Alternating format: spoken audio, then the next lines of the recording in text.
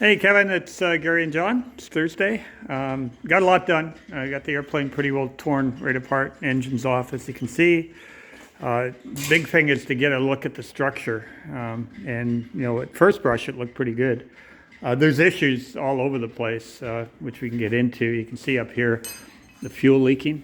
So you know, some of these fittings were barely done up. Even back at the back, there's some fuel fittings. You can see them all leaking down here. So that's where you're getting that fuel smell. Biggest issue we've got is there was some damage to the frame. So if you take a look at the front, you can see this tube here, which is supposed to be straight like the one over here. So there's been an impact up here. It's bent this tube, it's bent this tube, it's bent this tube along the top here. And then probably the bigger one is you can see there's a splice done on this longeron down here. So right here there's a splice, which isn't a bad thing, but when you look in here, this main tube, which is one of the main structural support tubes, is actually bent, and you can see it's hooking this way, it's bending down like that. So this has to be cut and welded. Those ones have to be cut out and welded, right, John? Right. Yeah. We'll have to cut those tubes right out and replace them. Yeah. So there was some damage on the frame. Probably the biggest issue we ran into, and I mentioned it to you yesterday, is up in the wing roots here you had fuel fittings.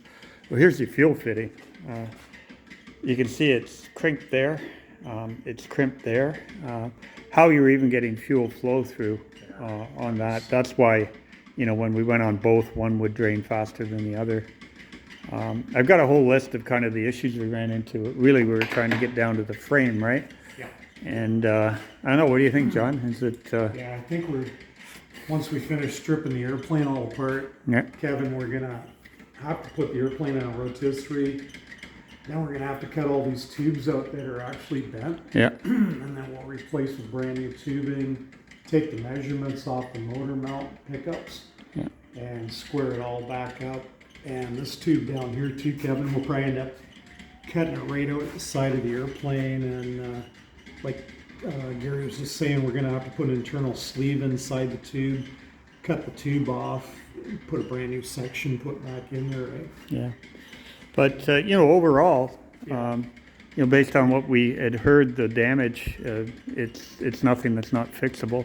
There's some minor things, like if you go down along here, these things are all bent to hell.